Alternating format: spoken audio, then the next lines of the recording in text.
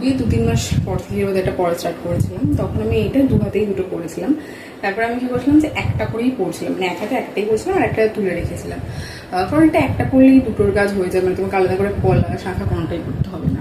আর আমি কি করি না, মানে আমি সব জিনিস না অল্টারনেট ভাবে করি। এখন তো ব্র্যান্ডের ভিডিওটা শ্যুট করবো বলে সবকিছু খুলে রেখেছি। ধরো আমি করি যে 1 মাস ধরো শুধু পলাটা পরে থাকলাম, 1 মাস ধরো শুধু শাখাটা পরে থাকলাম, বা 1 মাস ধরো শুধু এইগুলো পরে থাকলাম, বা যখন আমি বাড়িতে রিসেন্টলি এসেছিলাম আমি সেই একটা পলা বাঁধানো পরেছিলাম। তো এইরকমভাবে আমি অল্টারনেটিভভাবে পরে থাকি। একভাবে কোনো জিনিস পড়তে আমার ভালো লাগে না, অতিরিক্ত জিনিস সাথে করলে আমার কাজ করতে খুব অসুবিধা হয়, কারণ সারাদিনে আমি টুকটাক প্রচুর ঘরের কাজ থাকে, নিজের প্রচণ্ড কাজ থাকে, অনেক রকমের কাজ থাকে, তো সেই জন্য আমার খুব অসুবিধা হয় এইসব পরে থাকতে। পড়ার তো খুব একটা অভ্যাস নেই তাই। সো হ্যাঁ, এই ছিল আমার ভাইরাল শাখা পলার ডিজাইনটা। এখন তো কত কিছু উঠেছে আস্তে আস্তে, সোনার দামটা তাও একটু কমেছে, এখন মাঝে 1.50 চলে গেছিলো, এখন 1.35-37.5-এর মধ্যে রয়েছে। যারা ভাবছো যে এইরকম জিনিস বানিয়ে নেবে তারা নিয়ে নিতে পারো, এখন দামটা তো অনেকটাই কম।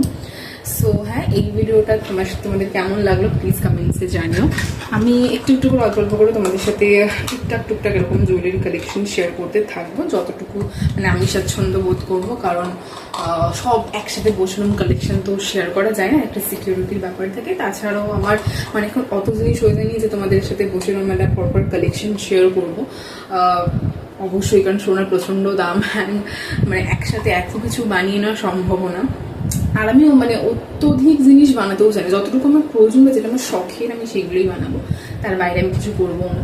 সো হ্যাঁ, যদি কখনো ওই রকম মানে খুব কালেকশন হয়ে যায় তখন অবভিয়াসলি আমার সাথে সেটা শেয়ার করবো, বাট এখন টুকটাক করে যেটুকুনি বানাতে পেরেছি বা যেটুকুনি ধরো গিফটে পাওয়া সেগুলো আমার সাথে শেয়ার করছি। তো কেমন লাগলো তোমাদের এই ভিডিওটা প্লিজ কমেন্টসে জানিও। যারা ফেসবুক থেকে আমার এই ভিডিওটা দেখছো তারা ফেসবুক পেজটাকে প্লিজ ফলো করে দিও, অ্যান্ড পারলে ফেসবুক পেজটা মানে সবার সাথে শেয়ারও করো।